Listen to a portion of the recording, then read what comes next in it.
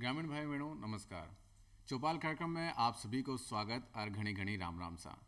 भाइयों बहनों, आपनो देश मोटा अनाज को बहुत बड़ो उत्पादक देश है और यह आपना खान पान को बहुत ज़रूरी हिस्सों भी है। और इन लेर बहुत ज़रूरी बात यह है कि साल 2023 ने अंतर्राष्ट्रीय मोटा अनाज वर्ष के रूप में मनायो जावेलो और इन्हें घोषित करो गया है। अब इसु आपने काई फायदा हो सके, आपना किसाना ने इसु काई फायदा हो सके और आम आदमी ने इको काई लाभ मिल सके, बी के बारे में आज चर्चा कराला। और काई तरीका सु यह अपनी आर्थिक स्वास्थ्य और आपनो शारीरिक स्वास्थ्य के लिए ज़रूरी है, बी के बारे में चर्चा कराला। और आज को आपनो विषय भी यही है, सेहत का राज मोटा अनाज। अब ई विषय पर आपने साथ में चर्चा करवा के लिए, जानकारी देवा के लिए कार्यक्रम में उपस्थित है शिवराम यादव जी। आप तकनीकी अधिकारी, कंदन विकास निदेशालय। आपको बहुत बहुत स्वागत कार्यक्रम में। धन्यवाद। तो शिवराम जी, आपा बात कराला आज सेहत का राज मोटा अनाज के बारे में। तो सबसे पहले एक सवाल यो कि जो अंतर्राष्ट्रीय मोटा अनाज वर्ष घोषित करो गया 2023 ने, इसके पीछे थोड़ा सो जानकारी दो कि काई कारण है, काई तरीका से ये आपने फायदेमंद हो सके और क्यों मनाए जाओ लोग। मोटा अनाज वर्ष जो 2023 अंतर्राष्ट्रीय वर्ष घोषित किया गया है, वो एक अपने ग्रामीण किसानों और किसानों की सेहत के लिए एक वरदान साबित हुआ है। 2021 और 22 के अंदर जो कोरोना वर्ष आया, उसके अंदर ग्रामीणों के लिए एक वरदान साबित हुआ कि जो लोग बाजरे, जवार, जो इनकी रोटियां खा रहे थे, उनका सेवन कर रहे थे, उन खाद्य पदार्थों का सेवन कर रहे थे, उनके अंदर कोरोना का संक्रमण कम हुआ, जिससे कि लोगों के अंदर जो रोग प्रतिरोधक क्षमता है, जो मोटे अनाजों को खाने से रोग प्रतिरोधक क्षमता बढ़ती है, वो एक तरह से बहुत ही ज़्यादा ग्रामीण इलाकों में देखने को मिली, उतनी शहरों के अंदर कम देखने को मिली। लेकिन अच्छा रहा कि जो ये अंतर्राष्ट्रीय वर्ष घोषित किया गया है, ये 2021 के अंदर घोषित कर दिया गया था। इसका मुख्य कारण यह था कि देश के अंदर 2018 के अंदर राष्ट्रीय मोटे अनाज वर्ष 2018 के अंदर घोषित किया गया था, और घोषित करने के बाद में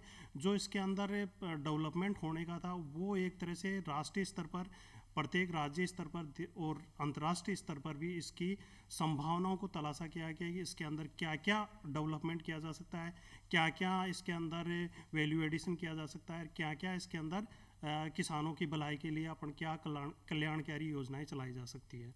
तो इसके अंदर सबसे पहला जो गुण देखा गया, जो राजस्थान के अंदर है, जो एक जो बड़े लोग कहते थे कि मोटा पहनो, मोटा खाओ और रोगों को दूर भगाओ, ये कहावत वास्तव में चरितार्थ हुई है इसी अंतर्राष्ट्रीय वर्ष और जो राष्ट्रीय वर्ष बनाया गया उसी के अनुसार। तो उसके अनुसार जो निकल के आया, जो महत्वपूर्ण बात निकल के आई कि मोटा अनाज खाने से लोगों के अंदर रोग प्रतिरोधक क्षमता के साथ साथ में आमदनी का भी एक स्रोत है, अपने पशुपालन या आर्थिक प्रगति का भी स्रोत है, वो किसानों के लिए भी है, और ग्रामीण लोगों में एक दूसरे की प्रतिस्पर्धा बढ़ाने के लिए कि ज़्यादा से ज़्यादा अपन मोटे अनाजों का सेवन करेंगे, उससे अपनी पोषण क्षमता, अपनी यादाश्त रखने की क्षमता, जो नर्वस सिस्टम लोगों के अंदर की नींद नहीं आती है, उनको इन मोटे अनाजों खाने से इतना प्रचलित हुई है इस कोरोना काल के बाद के अंदर।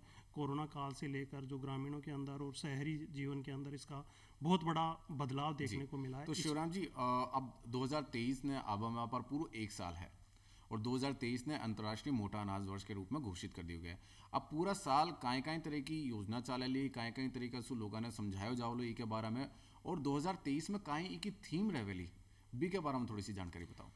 सबसे पहले जो 2023 के अंदर अंतर्राष्ट्रीय वर्ष मनाया गया, उसी 2021 के अंदर जब संयुक्त राष्ट्र संघ के अंदर इसको प्रपोजल दिया गया था, उसके अंदर भारत के समर्थन के अंदर 70 से ज़्यादा देशों ने समर्थन किया था। 193 देशों के अंदर 70 से ज़्यादा देशों ने समर्थन किया था। उसके अंदर सरकार ने भी उन सभी देश के प्रतिनिधित्व का हार्दिक अभिनंदन किया है, और इसको लेकर अभी जो अंतर्राष्ट्रीय स्तर पर और राष्ट्रीय स्तर पर, जो अंतर्राष्ट्रीय स्तर पर भारत को एक नेतृत्व करने का मौका मिला है। नेतृत्व बहुत महत्वपूर्ण बात है अपने देश के लिए, नेतृत्व और देश के लिए एक महत्वपूर्ण बात है।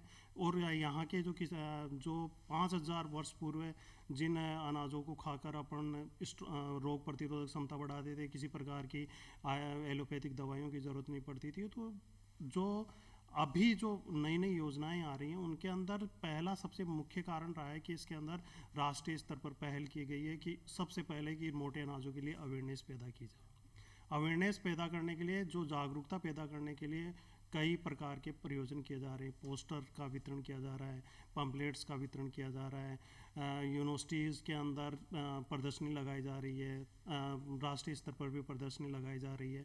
तो ये एक प्रकार से उन के बारे में बताने के लिए एक जागरूकता मिशन किया जा रहा है।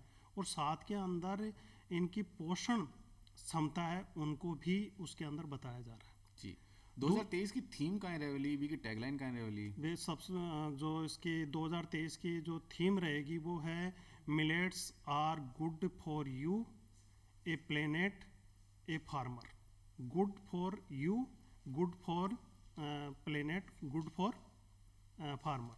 तो सबसे पहला जो गुड फॉर यू, तो गुड फॉर यू का मिलेट्स से जो व्यक्ति हैं उनके लिए ये रहेगा कि वो यदि ये पोषण वाली, ये मोटे अनाज वाली से खाद्य पदार्थों का सेवन करते हैं तो उसके अंदर एक इम्यूनिटी, जो रोग प्रतिरोधक क्षमता उत्पन्न होती है। उसके अंदर सबसे ज़्यादा जो महत्वपूर्ण बात यह है, जैसे एक रागी है, रागी के अंदर जो आप अपन दूध का सेवन करते हैं, दूध के में कैल्शियम होता है ना, वो रागी के अंदर 3 गुना ज़्यादा होता है दूध में। तो यदि इन प्रकार कैल्शियम होता है, फास्फोरस जो होता है वो कैल्शियम और फास्फोरस हड्डियों को मजबूत करने का काम करता है। मिनरल्स भी हैं, जिंक भी है और मैग्नीशियम भी है। एक सबसे बड़ा जो नाइसिन है, जो विटामिन बी के रूप में स्रोत माना जाता है, वो भी इसके अंदर बहुत ज़्यादा पाया जाता है, जो नर्व सिस्टम को मजबूत करता है। साथ के अंदर जो फर्टिलिटी, जो महिलाओं के अंदर फर्टिलिटी को बढ़ाता है और रोग प्रतिरोधकता के भी लिए एक महत्वपूर्ण काम है। जी शिवराम जी, पोषक तत्वों के बारे में आप डिटेल से बात करा लें, लेकिन बीस पहले आप यह जान लिया कि कौन कौन सा मोटा अनाज हो चाहे बाने कहीं तरीका से आप क्लासिफाइड कर सका था।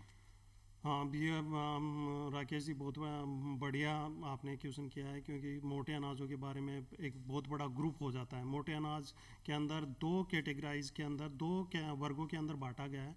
एक है मोटे अनाज और दूसरा पोषक अनाज। तो मोटे अनाजों के, पोषक अनाजों के अंदर और मोटे अनाजों के अंदर अलग अलग फसलों का वर्गीकरण है। उन अलग अलग फसलों के वर्गीकरण के अंदर मोटे अनाज के अंदर 2 फसलें आ रही हैं। जो 2 फसलों को हम लेते हैं, एक है जौ और एक मक्का। और जो पोषक वाली फसलें हैं उनके अंदर अपना 8 फसलों को, स्पेशली जो अपने यहाँ पे ज़्यादा पैदा हो रही है उनके, लेकिन और भी कई फसलें हैं, लेकिन हम 8 फसलों के बारे में यहाँ पे चर्चा कर सकते हैं। तो चर्चा करने में जो पहली है बाजरा। बाजरा राजस्थान के अंदर सबसे ज़्यादा पैदा होता है। और दूसरी है जवार। तीसरी है रागी, जिसको अंतर्राष्ट्रीय भाषा के अंदर या अपने बोलचाल की भाषा में रागी कहते हैं, मंडवा कहते हैं। एक उसका साइंटिफिक तरीके से भी कह सकते हैं कि फिंगर मिलेट्स के रूप के अंदर उसको जाना जाता है। तीसरी है प्रोसो मिलेट, जिसको चीना या देश के अंदर बोला जाता है। तो चौथी है फॉक्सटेल मिलेट, जिसको कुटकी कहते हैं, वो भी है। और एक लिटिल मिलेट्स के नाम पे भी जानी जाती है, जिसको अपन ये सनावा बोलते हैं देसी लैंग्वेज के अंदर। एक बोली जाती है बार्न यार्ड मिलेट। तो बार्न यार्ड मिलेट को लोग अलग अलग तरीके से बोलते हैं, लेकिन उसका जो साइंटिफिक नेम है वो पासपेलम स्क्रूबाइकुलेटम है, जो एक बहुत ही बड़ा ग्रुप है जिसके अंदर सबसे ज़्यादा कैल्शियम और मिनरल्स की मात्रा सबसे ज़्यादा होती है। इस प्रकार 8 फसलें इसके अंदर, 8 फसलों के अंदर अपन बातचीत करना चाहेंगे। तो 8 फसलों के अलावा और भी फसलें हैं जो अपने राज्य के बाहर भी उगाई जाती हैं, लेकिन स्पेशली अपने बाजरा, जवार, रागी और लिटिल मिलेट, ये भी थोड़ी थोड़ी मात्रा में उगाई जाती है, लेकिन सबसे ज़्यादा अपने जवार, बाजरा, जौ और मक्का। जी, आपने राजस्थान की यहाँ पर बात कर लिया, कौन कौन सी फसलें हैं जो बहुतायत में अड़े हुए छे मोटा अनाज की जदा आप बात कर रहे हैं, और अठे की जलवायु के हिसाब से कौन कौन सी उगाई जा सके छे, भी के बारे में थोड़ी सी जानकारी दो। हाँ, आपने राजस्थान के अंदर स्पेशली 3 सीज़न होती है। 3 जो सीज़न होती है उसके अंदर रबी होता है, समर होता है और खरीफ होती है। जो स्पेशली अपने राजस्थान के अंदर वर्षा का औसत 600 mm से थोड़ा सा कम होगा या 800 mm के लगभग होगा, उनके अंदर बरसात में भी इतनी बरसात होती है, तो उनके अंदर अपनी जो ये पोषक वाली तत्व हैं, मोटे अनाज वाली फसलों को उनको उगा सकते हैं, जिसमें बाजरा सबसे महत्वपूर्ण फसल है अपने राजस्थान के लिए। यहाँ राजस्थान के लिए ज्वार महत्वपूर्ण फसल है, मक्का महत्वपूर्ण फसल है, और जौ महत्वपूर्ण फसल है, रागी महत्वपूर्ण फसल है। ये राजस्थान के अंदर बहुत ही तादाद के अंदर होती है। एक पानी की बड़ी समस्या है राजस्थान में, और बी के हिसाब से कौन सी फसलें ज़्यादा महत्वपूर्ण हो जाओ है, और कहीं ये कम पानी में हो सके बढ़िया? ये हकीकत है कि ये कम पानी और जो ड्राईलैंड जिसको बोलते हैं शुष्क खेती, उस शुष्क खेती के अंदर होने वाली ही फसलें हैं ये, जिसके अंदर बाजरा तो इतना रेयर, बहुत ही ज़्यादा अपने इस राजस्थान के अंदर शुष्क प्रदेशों, शुष्क राज्यों, जिलों के अंदर ही हो रहा है, और सबसे ज़्यादा बाजरा राजस्थान के अंदर पैदा होता है। तो ये एक बहुत बड़ा उदाहरण है। दूसरा जवार है, वो भी राजस्थान के अंदर हो रही है, वो भी शुष्क क्षेत्र के अंदर की फसल ही है। उसके अंदर कम पानी चाहिए, एक बार बरसात हो गई तो वो आपको 1 महीने तक आपको सिंचाई की ज़रूरत नहीं पड़ती है, 1.5 महीने तक सिंचाई की ज़रूरत नहीं पड़ती है। और उसके अंदर जो इसको शुष्कता सहन करने की जो क्षमता होती है वो भी है। और साथ में गवर्नमेंट के जो पब्लिक सेक्टर का सबसे ज़्यादा रिसर्च एंड डेवलपमेंट के अंदर योगदान है, उसके अंदर नई नई किस्मों का विकास हुआ है, जो बहुत ही कम पानी चाहने वाली फसलों बहुत ही कम पानी चाहने वाली किस्में विकसित की है, जिनको हम उगा सकते हैं, उनसे ज़्यादा से ज़्यादा किसान भाई लाभ प्राप्त कर सकते हैं। तो कुल मिलाकर बात यह है कि आप अपने राजस्थान की जलवायु ने देखा तो अड़े पानी की तो कमी है ही, तो और बी के हिसाब से अगर आप मोटा अनाज की पैदावार करा तो यह किसानों के लिए बहुत फायदेमंद साबित हो सकेगी। तो अब आगे चर्चा करा आप सरकारी योजनाओं की। तो मिलेट ने, मोटा अनाज ने प्रमोट करवा के लिए सरकार की कौन सी योजना है? मोटे अनाजों को प्रमोट करने के लिए, प्रमोशन करने के लिए कई योजनाएं सरकार ने चलाई है, जिसके लिए एक डायरेक्टरेट का भी गठन किया गया था, जो बहुत पुराना डायरेक्टरेट चल रहा है, जो अपने यहाँ राजस्थान में ही है, विद्याधर नगर के अंदर उसका ऑफिस है। तो उसको डायरेक्टरेट ऑफ मिलेट डेवलपमेंट, जो डायरेक्ट केंद्र सरकार के कृषि मंत्रालय के अधीन कार्यरत है। उसके साथ साथ के अंदर गवर्नमेंट ने उन राज्यों के लिए, जो केंद्र सरकार उन राज्यों को मिलेट्स को प्रमोशन करने के लिए किसानों को कई सहायताएं देती हैं, जिनके अंदर खेत तलाई का निर्माण कर सकते हैं, वो चाहे वो प्रधानमंत्री कृषि सिंचाई योजना के अंदर ले सकता है, या एक योजना है जो मिलेट मिशन के नाम से है, वो भी केंद्र सरकार के द्वारा चलाई जा रही है, जिसके अंदर एक सबसे बड़ी योजना है जिसको हम कह सकते हैं कि नेशनल फूड सिक्योरिटी मिशन, जो केंद्र सरकार के द्वारा प्रायोजित है। उसके अंदर अपनी जो मिलेट्स हैं उनको प्रमोट करने के लिए विशेष रूप से कार्य किए जा रहे हैं।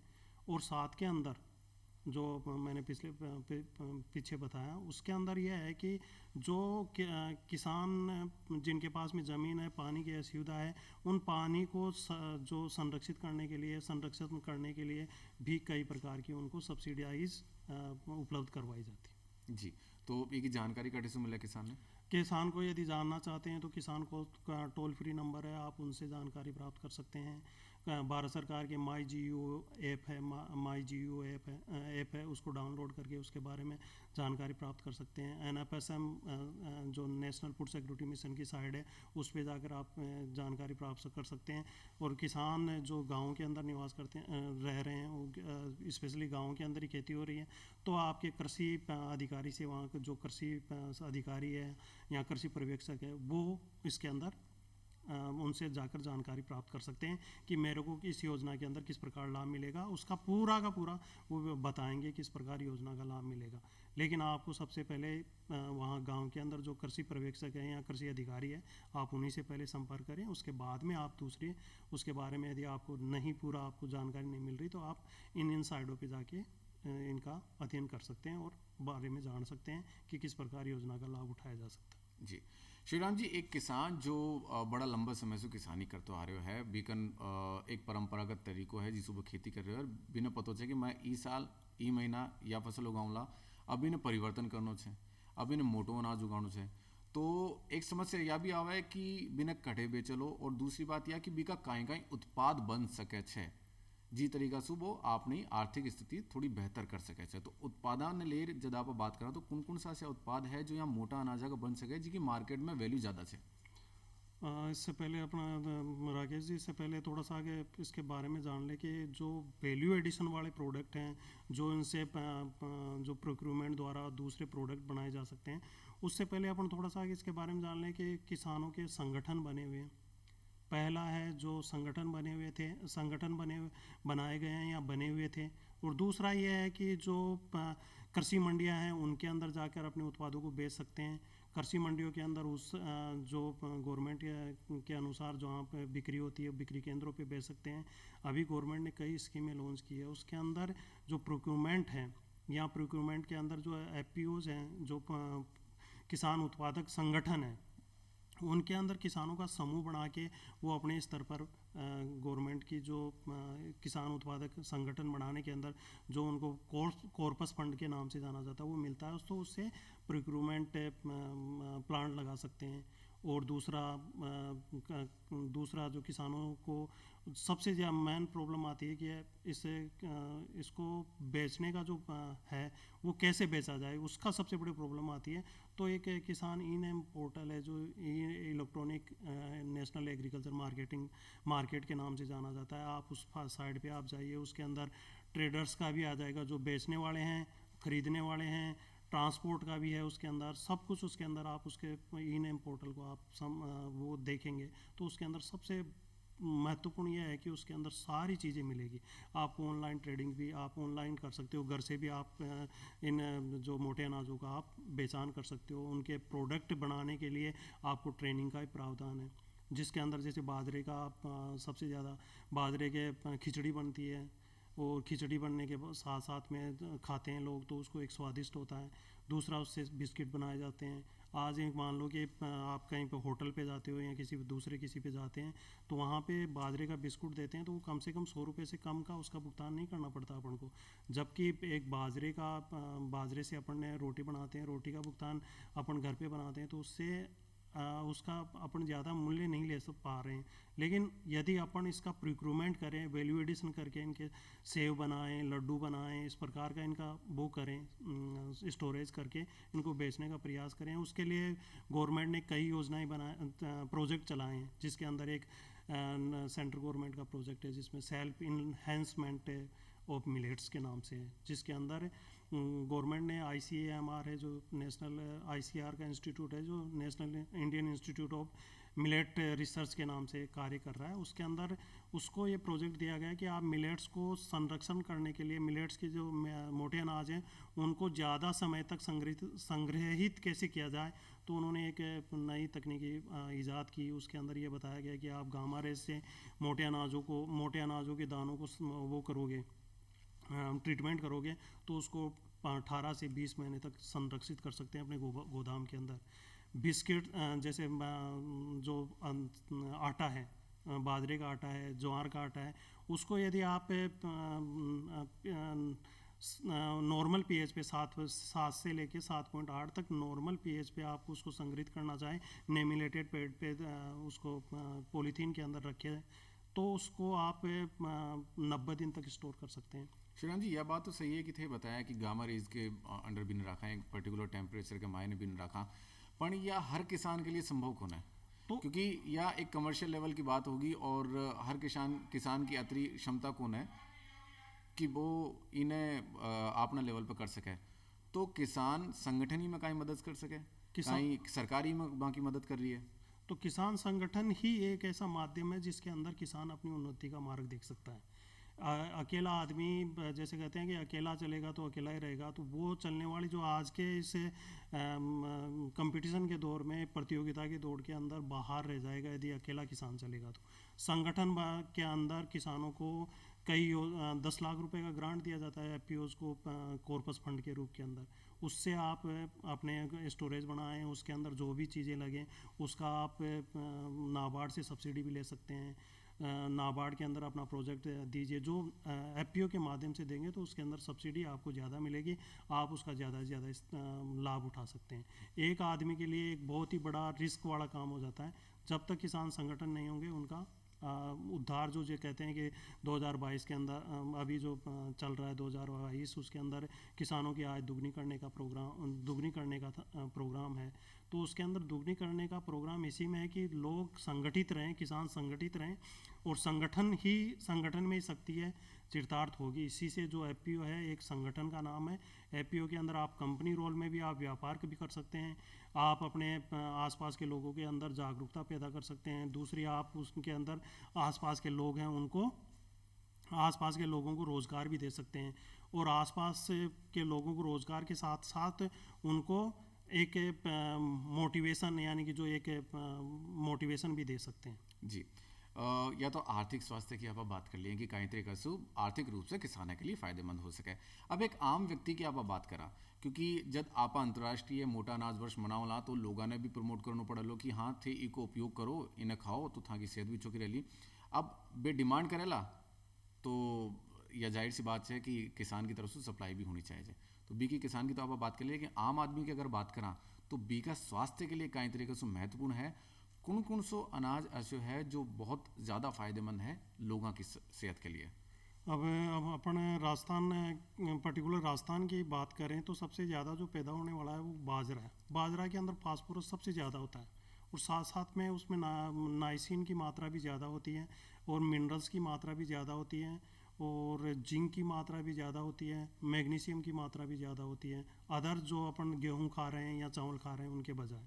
तो यदि अपन एक पर्टिकुलर आदमी इनका सेवन करता है, जैसे मान लो कि किसी के अंदर घुटनों का दर्द हो रहा है या कुछ हो रहा है, नींद लेने की प्रॉब्लम है, नींद की समस्या है कि नींद नहीं आती रात को, तो ये चीज़ें, जैसे बाजरा खाता है लोग, बाजरे का सेवन करता है, बाजरे की रोटियां खाता है या बाजरे का खाद्य पदार्थ के अंदर यूज़ करता है, तो उससे सबसे पहला जो है वो उसको इफेक्ट पड़ेगा फास्फोरस की मात्रा। जिससे फास्फोरस की मात्रा का इफेक्ट पड़ेगा तो हड्डियों के अंदर मजबूती आएगी, नसों के अंदर मजबूती आएगी।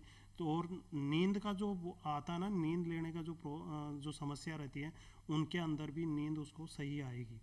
तो सबसे जो महत्वपूर्ण है कि ज़्यादा से ज़्यादा बाजरे का सर्दियों के अंदर, स्पेशली सर्दियों के अंदर आप बाजरे का सेवन करोगे तो आपको नर्वस प्रॉब्लम नहीं होगी। नर्वस सिस्टम की जो प्रॉब्लम आती है, जैसे नींद नहीं आना, इस प्रकार की जो नर्व प्रॉब्लम है वो इस प्रकार की नहीं होगी। दूसरा, हड्डियों के अंदर जो वो रिसाइलेंट की प्रॉब्लम आती है, कुचलन की प्रॉब्लम आती है, वो नहीं होगी।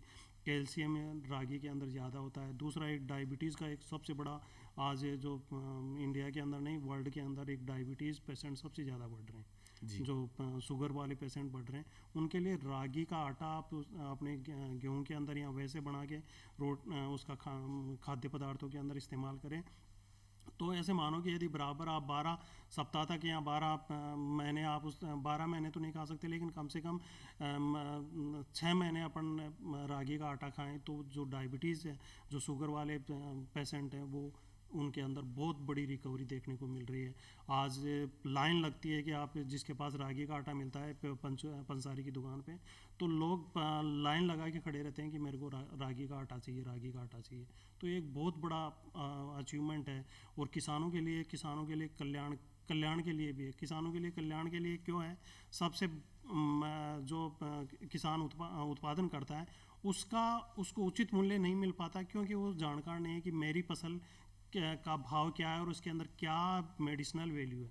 तो उनके लिए सबसे ज़रूरी है कि उसकी जागरूकता बढ़ाई जाए।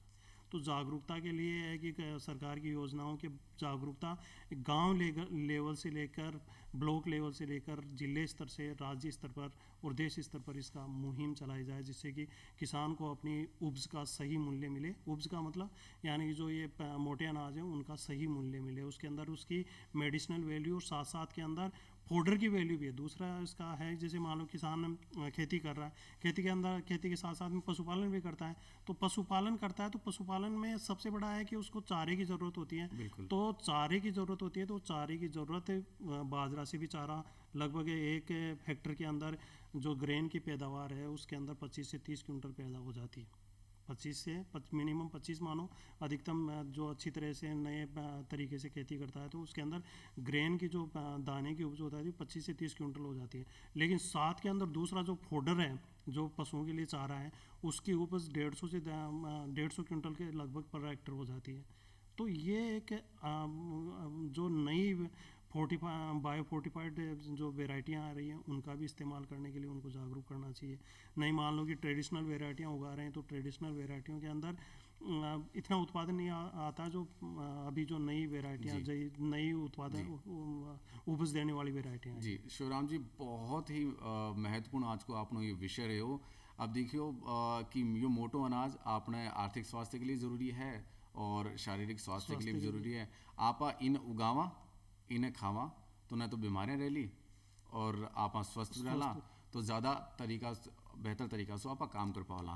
तो ग्रामीण भाई बहनों, मैंने उम्मीद है कि आज को कार्यक्रम था के लिए बहुत महत्वपूर्ण जानकारी ले रहे हो और थे मोटो अनाज उगाओ और मोटो अनाज खाओ तो थे स्वस्थ रहोला। आज के कार्यक्रम में दीजिए माने इजाज़त। नमस्कार। नमस्कार।